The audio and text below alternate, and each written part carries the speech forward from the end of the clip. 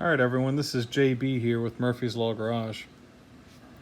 Today we're going to talk about a essential task that every man who works on cars and anything else plastic should know, and that's how to put plastic back together again when it breaks. This specific panel comes off of a 2012 Dodge Ram 2500. It is a trim piece on the side of the driver's seat where you would adjust your recline, your seat forwards and backwards, so on and so forth. This is the switch modules for all of the seats right here, all the switches right here. And as you can see right here, now Dodge is synonymous for plastic failures, dashes specifically, but it wasn't just that. A lot of the choices they made in plastics, even to this day, including something as simple as one of these little kick panels right here, is made of very, very brittle plastic that does not like to be in the sun and the heat for very long. Let's see if we can get that to focus. You see right here we had a pretty obvious stress fracture. Now you would look at this and you'd think, well, I mean, maybe someone grabbed it and ripped it off and it's not the plastic's fault. But let me show you example B. Here's another one that got ripped off. Look at all the strength member we have in here. And this still failed. This is just a poor choice of plastics. And the reason why this isn't very strong is that Dodge chooses continuously not to use a fiber reinforced plastic, a glass reinforced plastic. And you can tell, like I can take this piece here, and if there was glass, ball, or fiber in here, so listen quiet. I'm gonna be quiet here and y'all can listen. Hear that? No sound. If there were glass fibers in here, it would sound like I was cutting sandpaper. Cutting fiberglass for that, because there's glass, crystal, said strands, balls, there's different variations, but because you don't have that fiber reinforcement, this is very weak, and that's why you get a tear like this whenever the plastic starts to degrade in the heat. So what we're going to do is we're going to put this back together the right way, and this applies to many other vehicles. So if you have a Chevy, Ford, Toyota, Nissan, any of those vehicles, this applies to all of them. So for one right here, this smaller clip, which goes in here like this, you'll have to excuse me, I'm getting used to working with a camera in front of me, belongs here like this. The very first thing we need to do is to get this clip off of this plastic, which is no easy task, but if you look right here, these little fingers, which are very well embedded into this plastic, they are what keeps the plastic from getting out. So the very first thing we're going to have to do is bend these open. And don't worry, we're going to bend them back after so they can still do their job. But we need it to come off of this piece of plastic. And it's the only way we're going to do this without ruining this piece of plastic more. See, this one's already bent up pretty good. And lastly, we're going to do this one right here. And we should be able to free this piece of plastic. There we go. All right, there's our metal clip. Let's not lose this. We're going to need that to reattach the panel. We'll throw that off over there. Bring this back in. All right, I've gone ahead and readjusted us a bit here to possibly make this a little easier for y'all to see. But I'm gonna zoom in some. Mind the camera shaking. I've laid this piece in here, and you can see that it's a pretty clean break, so we should be able to put that back together again. So what I'm going to use is this right here. plain old, everyday soldering iron. And basically what we're going to do is something called plastic welding. What I'm going to try to do is to stir the plastic together in such a way that the part becomes structural. So let me get this just right, and we're going to start stirring, and I'll show you what that looks like. All right, everyone. This angle should be a little better. It is very difficult to get the camera in a good place where you can see what I'm doing while I can see what I'm doing. And even now I'm looking over the camera and I've got a light right in front of me. But we're gonna hold this piece, we're gonna get it in just the right place. What we're gonna do is we're gonna do it just like welding. We're gonna tack in a corner. So let me rotate this a bit so you can see me. And I'm going to come in here and I'm just going to find a nice meaty place, and I'm going to dig that soldering iron in there. Okay, and you see I made a nice little gouge. That's not a problem. All we're concerned about is that we drag the two materials into each other to force that to hold still. So we're going to wait, we're going to hold. I'm going to let those two stick to each other nice and hard, let that plastic cool down. And you see already we're very well stuck right there. So I'm going to turn this around. See if we can get you in on this side.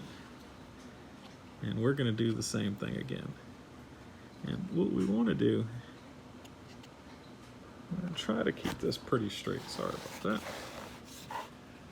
It's hard to see for the camera because the angle I've got you at, but this piece is on there straight. It looks crooked. I'm just checking it myself.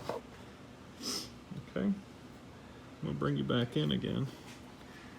And we're going to put our finger on top of that, push it down.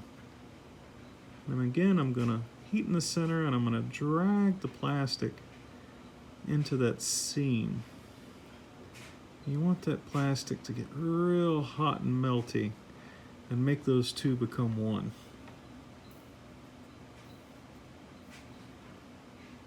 And we're going to hold it down, we're going to keep holding, and we're going to make sure that those two have a chance to cool.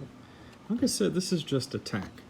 So if you're the kind of person that TIG welds, for instance, this is going to make more sense to you. We're just using heat right now. That's all we're doing. Got our electrode in there, we're generating heat, we're making a pool, and we're sticking the two pieces of material together. We're not introducing a rod to put more material in, which we will move on to because we need this to be more structural than it is right now. For now, we're just trying to make these two stick. We've got, in the future here, when we come back to these, we're gonna have to put more material into that little valley we made. Otherwise, it's not gonna be very strong. Okay. So now that we're on the sides and we're well stuck here, like this is very well attached because the bulk of the plastic you have to weld into on this piece in particular on the sides, so she's in there pretty good. But now we're going to come in here and I'm going to drag the loose plastic into this crack here from this side. And just like if you were welding, what's important to pay attention to is penetration. So you want to make sure that when you're heating the plastic, you're ensuring that you're getting that tip of that soldering iron pretty deep in there and then walking the plastic back and forth again until you get it back in the seam that you made. And the reason why that's important is if you just scratch the surface and make it look pretty, then it's not very structural. It won't do its job very well. Now, we're not trying to make this look really pretty right now. All we're trying to do, oops, sorry about that. All we're trying to do is to get these two pieces to have a good structural connection. I have to be a little more careful here. Let's go left-handed. I'm going to work around you with this camera. And all we need to do is get these two to be really structural. Get that plastic blended in there really well, especially in this corner right here, because this corner is where you have a lot of plastic. Now don't worry about like melting these little fins right here. We could be a little neater and try to stop from injuring that surrounding plastic. We're not too worried about that. That's old support structure.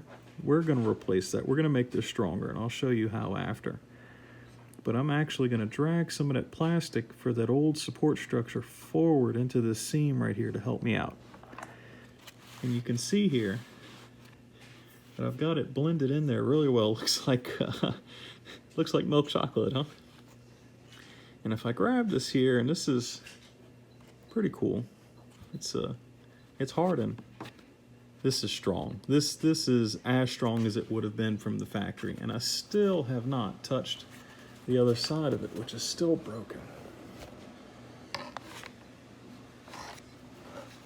So I'm gonna go ahead and I'm gonna weld this all up all the way around using the soldering iron. And then I'm gonna bring y'all back where we're gonna use a sacrificial piece of plastic to as a welding rod, and we're gonna fill in more plastic around this to try to make it stronger.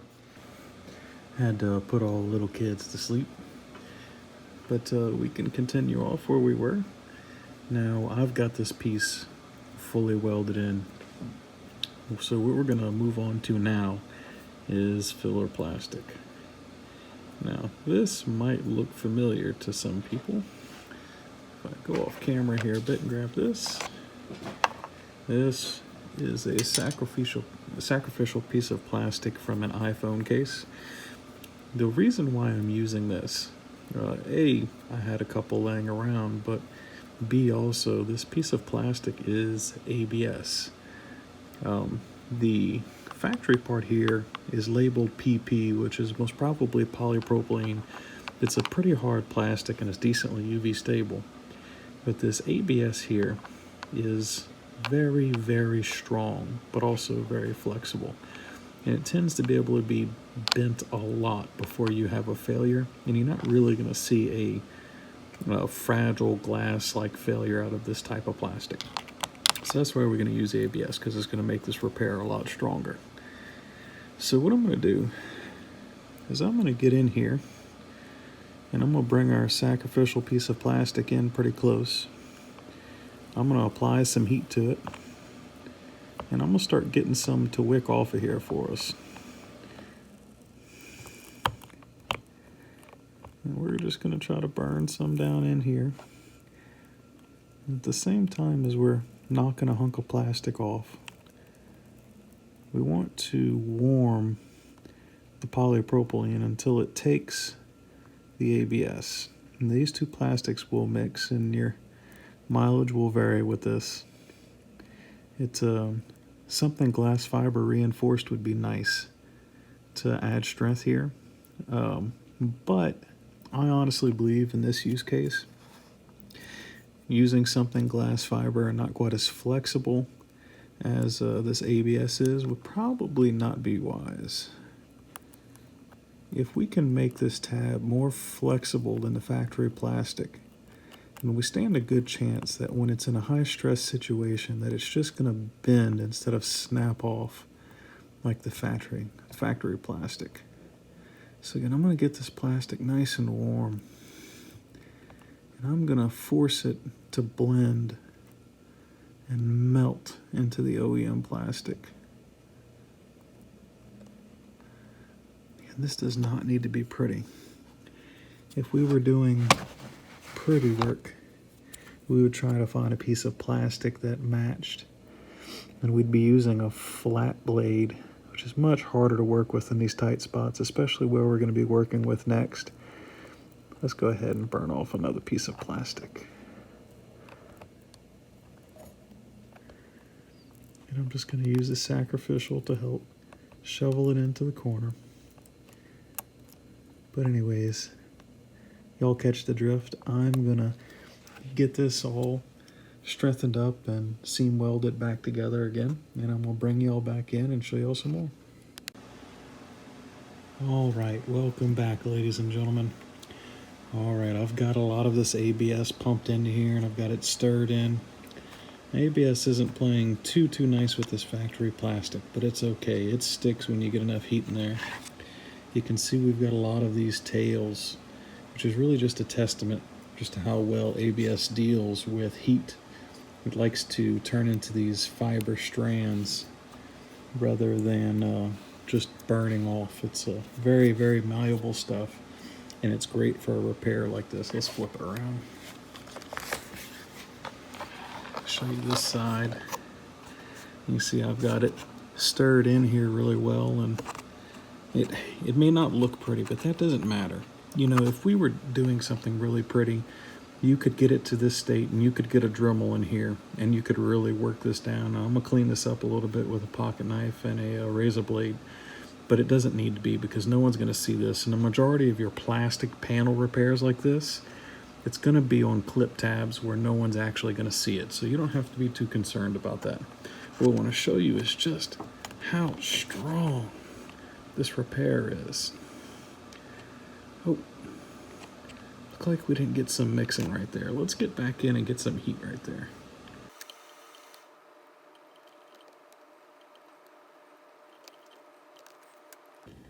As you saw, I put a lot more heat into this. I even mixed a little bit more plastic. I'm not perfect. This is really important because ABS is really, really resistant to heat. You've really got to get it warm so it'll stir properly into this mother plastic. But you can see it is strong. This is good enough. But we're going to go a step further. And the reason why is that if all of the support that belonged here was here, I wouldn't be so concerned about it. But we are missing one right here. And I'm not sure what exactly was here. It probably had another pedestal for a clip, but it was gone. So all we're left to work with is this one right here that was broken off, and the other one that I showed you in the beginning of the video that belongs here. So because we're just working with these two, a screw in the rear over here, and this clip isn't really a clip. This is, I'm not sure what you'd call it. It's more like a hoop. And this slides onto a tab. Let's see if I can represent that for you. If this was the vehicle, there'd be a tab sticking out, and this slides into that tab, and then you'd push the panel into the clips and then screw it in. This has also been broken off. We are going to take a piece of sacrificial plastic, a piece of the ABS, and we're gonna weld that into here so we can get that little tab holder back. So one of the next things we're going to do, specifically for me here off camera, I'm not sure if I can do it on camera without stabbing myself, but we are going to push these little prongs back in here.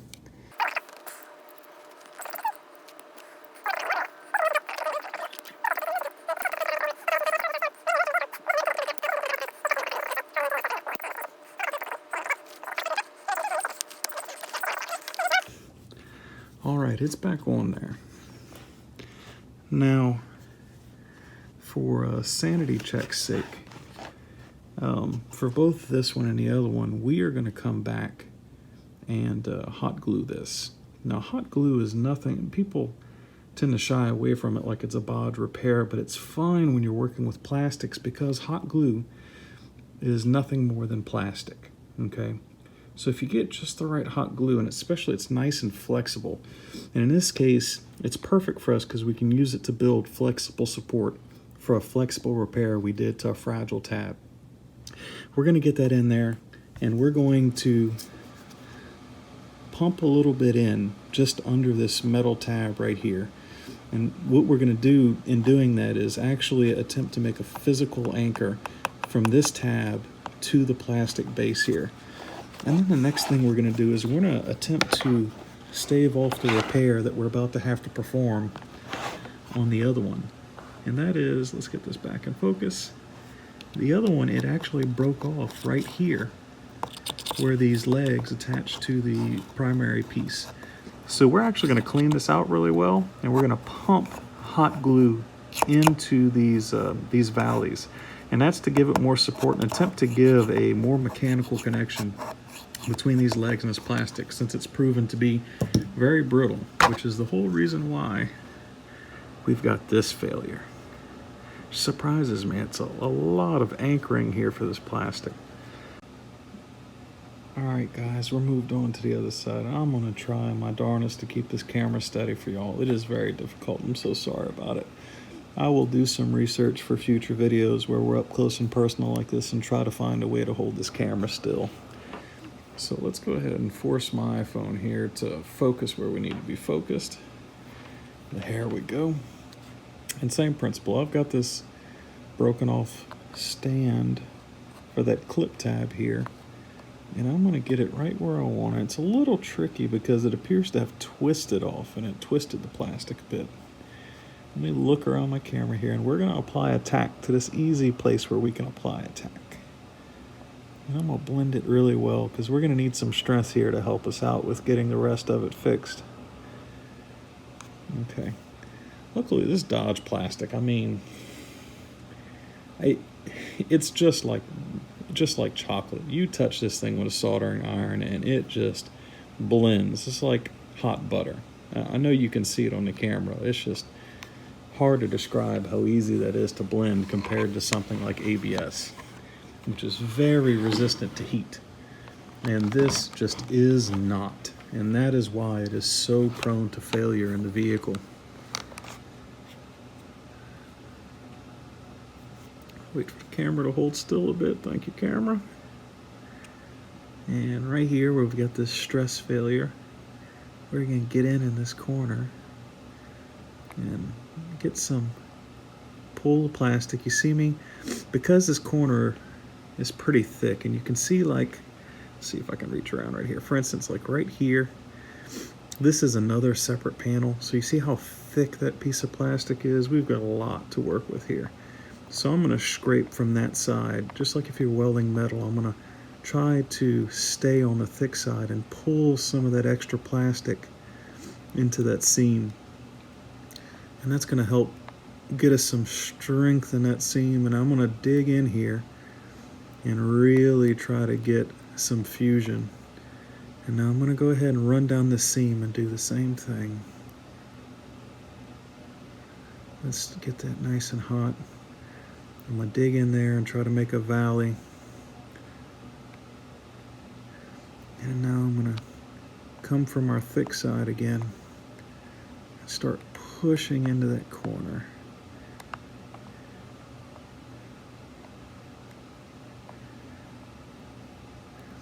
The plastic is very forgiving, especially if it doesn't need to look pretty. One thing I would tell you to be very careful about is if it's thin plastic, you have to be really careful not to distort or burn through to the other side. You know, if the plastic is thin as like the supports on this leg are right here, then I would suggest just ever so lightly blending the plastics to get them to be, you know, get you that mechanical connection. Just ever so lightly rub on the outside so it holds still for you, and don't attempt to dig in. And you're going to want to take your sacrificial piece of plastic and lay it on top. Possibly even use a heat gun to heat the two plastics up so that they're more willing to fuse quickly without you taking the risk of burning through or melting through, distorting the plastic on the other side. So I'm just sitting here working these two into each other and paying real close attention. Trying not to overheat the plastic.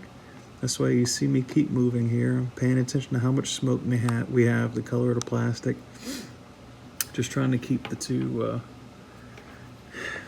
two continuing to fuse without having any plastic burn. Corner's a little tricky. Get it worked down in there, but you can see we've got that blended really well. I skipped down there a little bit with the soldering iron, but we're not worried about that. Again, doesn't need to be pretty. We'll go ahead and turn this around.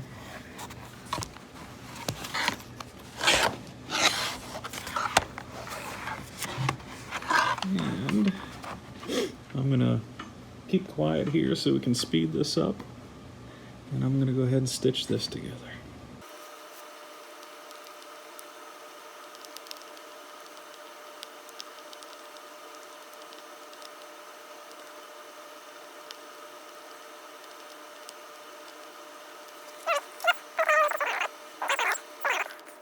Now that we've got those outside edges connected, can take a look in here, and you can see where all of our fins broke off. But if I take this and I try to move it, it is strong. But I know if we put it back on that way, it would break right back off because this plastic is just very fragile. So I'm going to keep going around here, and I'll probably have a little fast forward in it, but I'll be quiet again, and let's get these fins stitched in.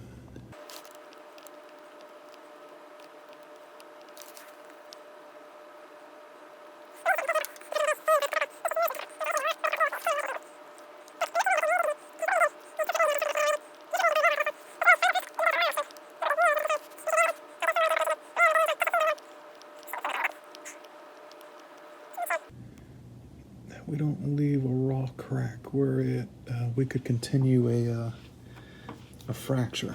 We don't want that. We don't want to leave any fractures behind that might attempt to reopen because the plastic is exposed. The cracked open old plastic's exposed. So this one is going to be very difficult to show on camera, so I'm going to bring it back once I have it in. Right, I've actually got this side all stitched up now, and I'm not sure. I don't believe we need to do any ABS blending for this. I think because we have such an open area to work with the hot glue, unlike that other tab where we had that seam fracture that's right on a really high stress area where the this metal tab here grabs it. We don't have that kind of failure, though this could at some point fail in exactly the same manner. In fact, you see this little bit of injury we have right here from it being rocked around. That's an open seam we need to stitch back in just to make sure we don't have a weak spot. But I believe what I'm going to do here, let me steady the camera for you. Go ahead and get the hot glue gun fired up. And we're going to pump some hot glue in wherever we can get some structural support into this thing. All right, so let's talk hot glue. I've got a very capable of getting very hot Sure Bonder Hobby Lobby special here. It actually has two temperature ranges. You can do low and high, and that lets you run multiple types of glue. You know, if you run the colder glues, which is better for working with, like if you're making ribbon bows for a child or something like that, like your wife might do, you don't really want to use a really high hot glue because it'll melt the ribbon. This glue gun, what's important whenever you have that high setting, use the right glue, use a high temp glue, because otherwise you'll burn the glue. But you need that for working in automotive plastics like this, because if you don't use a very high temperature glue, the glue will actually just go ahead and remelt itself inside of the 140, 150 degree heat that it can get up to inside of your car or truck. So it's really important to use a high temperature glue. It's also much more structural because if you can get the glue really hot, it combines into the existing plastic really, really well. And that's something we're going to have to pay attention to here. So something about using hot glue where people mess up is they pump the glue out too quick. And if you do that, I mean, you can really get some out there. But if you pump it out too quick, you don't give it a chance to warm back up again, and the glue is cold. And just like a cold weld, it just kind of sits on top of the mother material and it doesn't sink in. And we need it to sink in. So you're actually going to see me in some of this stir the hot glue into the melted plastic that we've already stirred into. And that is in an attempt to force that bond. We really want to make a connection. Right here, our metallic tip is the perfect place to do that. And it's nice to get one with one of these silicone guards right here because it keeps you from getting plastic stuck all over it. But in some instances, I will pull this silicone guard off to give me more reach into tight spaces.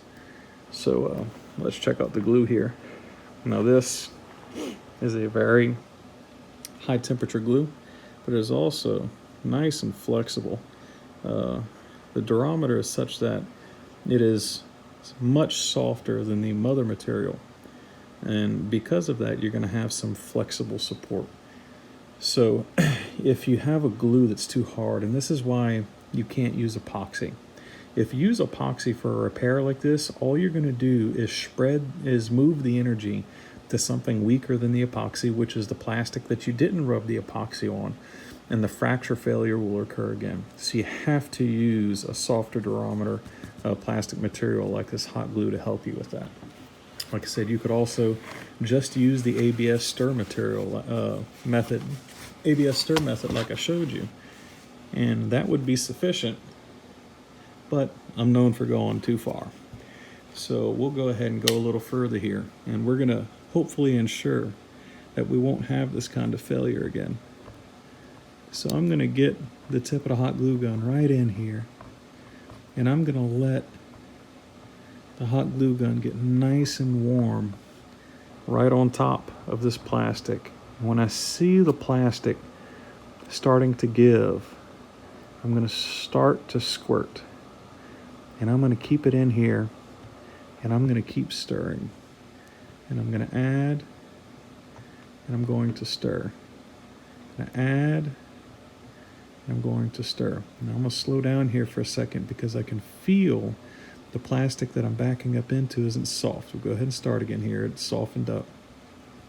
And just make sure that the mother plastic continues to soften. And sometimes it helps to just force glue in there because the glue itself is extremely hot. I've let this gun get very warm, and I'm applying a little bit of glue at a time. And that gives you a really, really deep penetration on that, which is nothing more than, hot glue is nothing more than a plastic weld. So it gives you really, really deep, strong penetration on that plastic weld. Now, because this glue is soft and very hot, you can see that it's going ahead and pooled down low. And that's fine. We're going to come back after this, and we're going to apply another layer that crawls up this support structure so that we get a little bit more. For now, while we're letting that cool, and this softer, very hot glue takes a while to cool down and lose its heat. Which is great, again, because it gets that heat into that plastic and really gives a good penetration and combination. So we're going to come and crawl in right here, and I'm going to do the same thing. I'm going to get this tip in here. I'm going to work it back and forth. When the mother material begins to give, I'm going to give it a little, and then stir again. And see, now it's very soft. So I'm going to inject again. Soft again, and I'm just going to keep pushing it in. Now, if you're a pro welder, you could sit here and run a bead. If the glue's real hot, she ain't going to give you a stack of coins, but you can really get a nice solid MIG looking weld going on here. And pull that tail off. As you can see here, we've got it nice and flush in the corner, and if you look at it real close, you can see that that glue isn't clear anymore. You can actually see that the, let me lay this gun down here. You can actually see that the glue has melted into the plastic, and that's the important bit, that heat. You need the heat. You have to build the heat into the, sorry about that. You have to build the heat into the mother material so that you have that kind of penetration, that kind of combination, and that'll ensure that you don't end up with failure. Now, for the structured support bit, it's tight in there, and I'm going to be real with you. I'm just going to send it into that seam and try to get us some support down in that crack. And the glue is so hot, and if I get it up on an angle here, it should penetrate really well and hold. So I'm going to go ahead and do that off camera real quick, and then I'm going to bring y'all back in to see it. All right, steady the camera here. Now you can see I'm trying to hold it up on an angle so the very hot liquid-like glue here stays up in that back corner. But I've very slowly pumped the glue in, and as slow is important because you want to give the gun a chance to get that glue really warm. And I've pumped it down into that corner, and I'm watching it here, and I can see that mother plastic melting into it. You can even see some deformation of the legs down here, and that's good. I'm going to give this a chance to cool down, and then once it'll hold still, we'll go ahead and do the other side. But we're going to come back and to give this more strength, because we know how the other one failed. We're actually going to go ahead and fill these channels with glue to give it more support, especially since it's so tall. it's eventually going to result in a fracture failure further up. All right, back for welding with a hot glue gun 101. We're going to go ahead and bring this up to a 202 lesson. Now you can see here,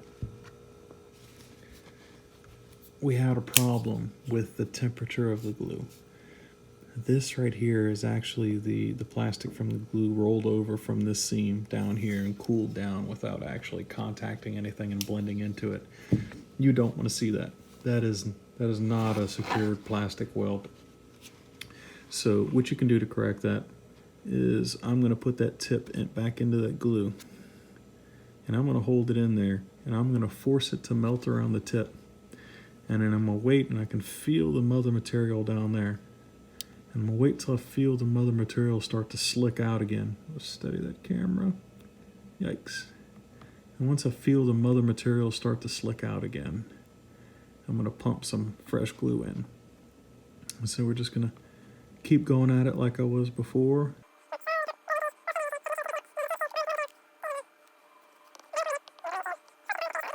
There we go. And you can see that glue, it's important, just like a weld. You don't want to see bubble gum sitting on top of a plate. You want to see that material soak into the mother material. And that's what you can see here, that the hot glue even appears to be brown in itself because it's soaked into there really well. And that's what we're looking for here. So now that we've got that, I'm going to let this cool. And then we're going to come back and pump some material into these uprights. Now we're gonna put a good bit in there. So I'm gonna imagine that we're gonna see some opaque stuff. It's not gonna be as well sunk into the mother material, but that's okay. We just want to make that upright a little more flexible and a little stronger. All right. About 10 minutes later, I've got the hot glue filled in here very well. And it's gone ahead and cooled down for us, so I'm going to move on to the other side, get that in, and I'll bring you back when we move on to the other one. I've got these glued in as much as I want to, and you can see here that we've got backfill coming all the way up to the metallic clip here, and I've actually made sure that it's filled in behind it, and this metallic clip is now mechanically held to this plastic podium by that hot glue. You see here that I've gotten myself a lot of surface area bit into that mother material. And this is important because if you leave it really close to the base, you'll just end up with a break further in. You can see the, let's push that tripod out the way. You'll see here, same thing. Got a heavy layer of glue built up right here. And that gives us a lot of mechanical connection following around. And the same thing on the other side. That backfill comes all the way up to the back of this clip, and you've got a lot of surface area contacting right here. I'll go ahead and bring the other one back in. Now for this one, it'll be a little difficult to see because we've got a lot of glare. I've got some glue forced up underneath this clip right here, and that again is to give us that mechanical connection. I've opted not to fully fill in these recesses here like we did on the other one. I do not believe that the failure mode of this stand here would be a shear fracture further up here because it's just so much wider and better braced than the other one. I'll give you a better look at that. The base is mechanically much stronger. So I've gone in here and I've really melted in some hot glue into the mother material here to give us some strength. I've gone all the way around the base here because I feel this is where that other failure would occur. And I got to do a little cleanup here, but this is where that other failure would occur, would be right here. And you can see that I've continued mechanically combining this clip to this base to make sure that we're not, because remember our failure for this one was right across here. So I've got this mechanically attached to this surface very, very well, this pedestal, and it should ensure that we're not going to have a failure here. This is really strong. You can see I can grab our repair and it's twisting the whole piece of plastic. Same thing here. Let's come over here. I'm going to grab this and pull on it. You can see the whole thing is moving with this. This is not going to be the failure mode. I think this one's going to prove to be a fun one. Come on, camera. We're going to stop shaking for me. There we go.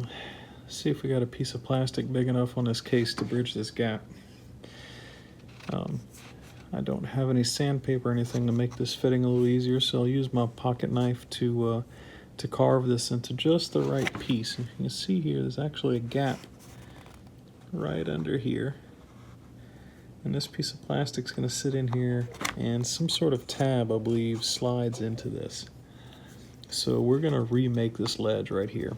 It's probably not necessary.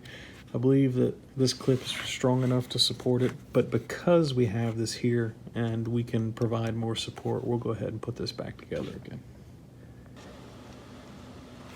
I've gone ahead and cut us a piece of material here.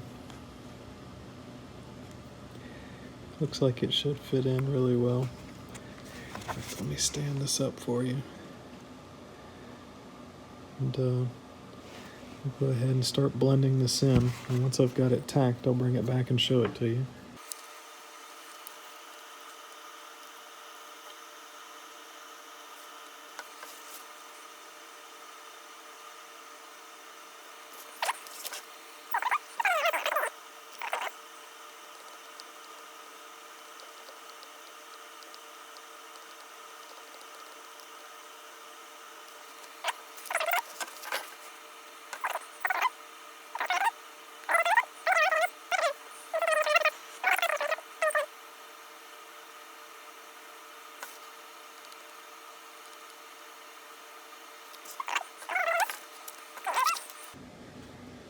Because this is not going to be an easy corner to make, I've left a good bit of overhang here, and I'm going to be real gentle, but we're going to have to force this to blend into this thin leg of plastic here, so I'm going to be real careful.